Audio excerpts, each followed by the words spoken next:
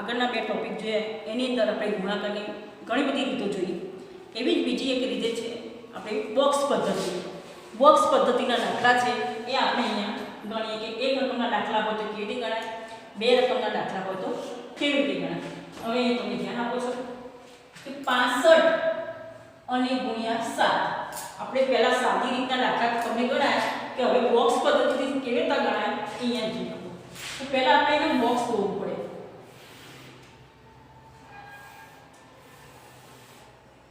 બોક્સને પહેલા બે ભાગ કરવાના. હવે આને પહેલી જે સંખ્યા છે 65 એને એકમ દશકમાં એને જુદી પાડવાની છે. તો પહેલા એકમ એટલે 5 અહીંયા 5 લખવાના છે, દશક એટલે 60 બંને ભાગ આપણે અહીંયા જુદા રાખ્યા. ગુણ્યા 7 તેને આની સાથે ગુણવાના છે એટલે 7 એ આપણે થોડી ફરીથી સમજણ પડો કે આપણે પહેલા એના બે ભાગ પાડવાના છે, એને એકમ જે પહેલી જેની સાથે ગુણવાના છે એને એકમ દશકમાં જુદા પાડવાના છે.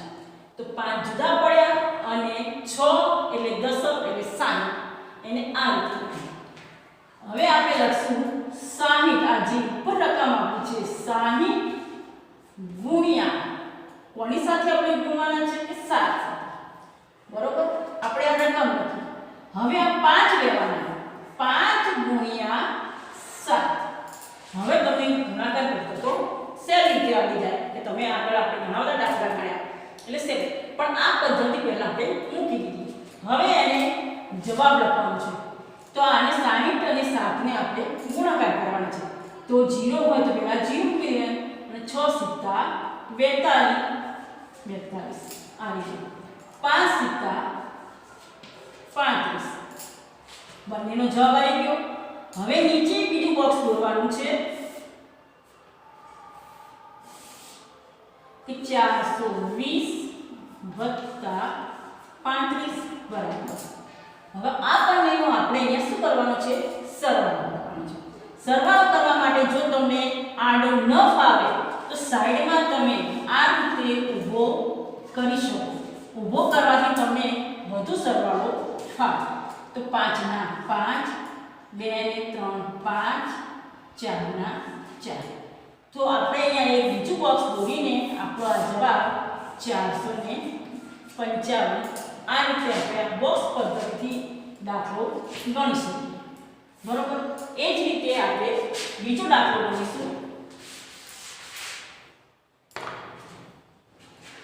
બોક્સમાં પહેલા બોક્સ દોરી દેવાના, એના શું પાડવાના, બે ભાગ.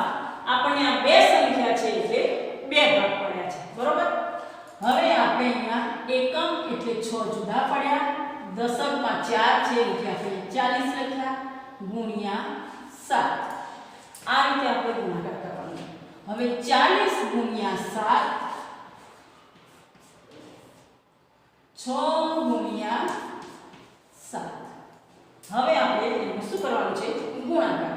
આપણને અહીંયા પહેલા 0 આપ્યો હોય તો 0 કરી દેવાનો. 7 ચોક 28 અથવા 7 નો ઘડિયો ના આપે તો 4 નો ઘડિયો પણ આપણે બોલી શકીએ. 4 સિત્તા 28. હવે 6 સિત્તા 42 આ રીતે આપણે લખીએ. હવે અહીંયા બીજું બોક્સ દોરવાનું છે 280 વત્તા 42. મેં તમને કહ્યું કે આપણને ન ફાવે તો આ રીતે સાઈડમાં ઊભો સરવાળો આપણે કરી શકીએ. ઊભો સરવાળો કરવાથી આપણો જવાબ કમ્પ્લીટ આવે, ખોટો આપણને પડે નહીં. 2 ના 2, 8 ને 4 12નો બગડો વધી 1, 2 ને 1 3. તો આપણો જવાબ છે 322. એ જ રીતે આપણે અહીંયા 1, 2 અને 3 રકમ હતી. હવે આપણે અહીંયા બીજા દાખલા છે 1, 2, 3 ને 4. તો હવે અહીંયા જુદી રીત છે થોડી, એ તમે અહીંયા થોડી જો. એ પણ બોક્સ પદ્ધતિના દાખલા છે તો આપણે થોડું બોક્સ મોટું દોરવાનું છે. એના હવે શું પાડવાના છે, 4. કેટલા 4 ભાગ પડ્યા. અહીંયા આપણે 3 રકમ છે એટલે 1 2 અને 3. પહેલા આને છૂટા પાડવાના છે 3 અને 40. હવે આ રકમને છૂટા પાડવાના છે કે 20 અને 4. ફરીથી સમજાવો. પહેલા આ રકમને આપણે છૂટી પાડી, પછી આ રકમને આપણે છૂટા પાડવાના છે. હવે ગણતરી તો તમે આ દાખલામાં ગણી એ જ રીતે કરવાની છે. તો આપણે પહેલા 40 ગુણ્યા 20, 3 ગુણ્યા 20. હવે આને આની સાથે જોડવાના છે. 40 ગુણ્યા 4, 3 ગુણ્યા 4. પહેલા આ રીતે આપણે પહેલા લખી દેવાનું, પછી આપણે એનો ગુણાકાર કરવાનો. તો ગુણાકાર કેવી રીતે થાય એવો છે. તો અહીંયા 0 છે, અહીંયા 0 છે, તો પહેલા આપણે બે 0 પહેલા મૂકી દેવાના અને 4 દુ 8. તમે આ રીતે ગુણાકાર કરી શકો છો. અહીંયા 0 છે તો પહેલા 0 મૂકી દેવાનો, 3 દુ 6. અહીંયા 0 છે તો પહેલા એક 0 મૂકી દેવાનો અને 4 4 16. 3 4 12. આપણે 4 બોક્સમાં જવાબ આવ્યો.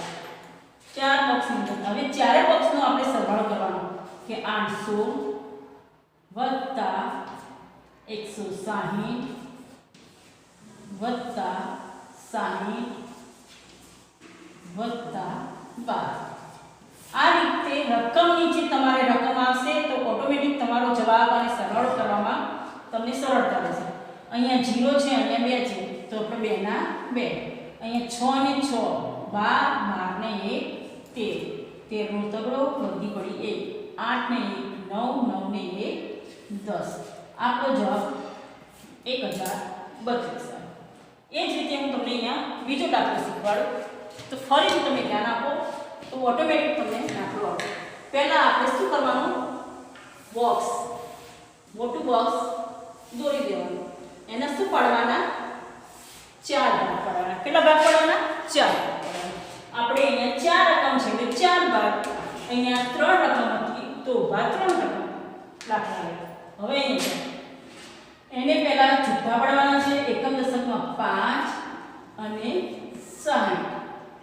અહીંયા 2 અને 10.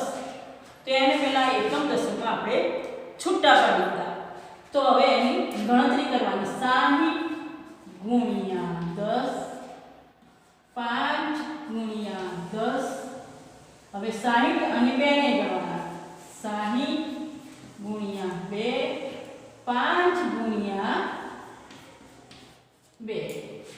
આ રીતે પહેલા આપણે લખી દેવાનું. હવે આપણે એમાં શું કરવાનું છે, ગણતરી. ગણતરી તમને કીધું ને સહેલી રીતે. અહીંયા પહેલા 2 0 છે તો પહેલા આપણે 2 0 મૂકી દેવાના અને 6 એકા 6. ઓટોમેટિક આપણી રકમ સહેલી બની જાય. અહીંયા 1 0 છે તો આપણે 1 0 મૂકી દીધો. હવે 5 એકા 5.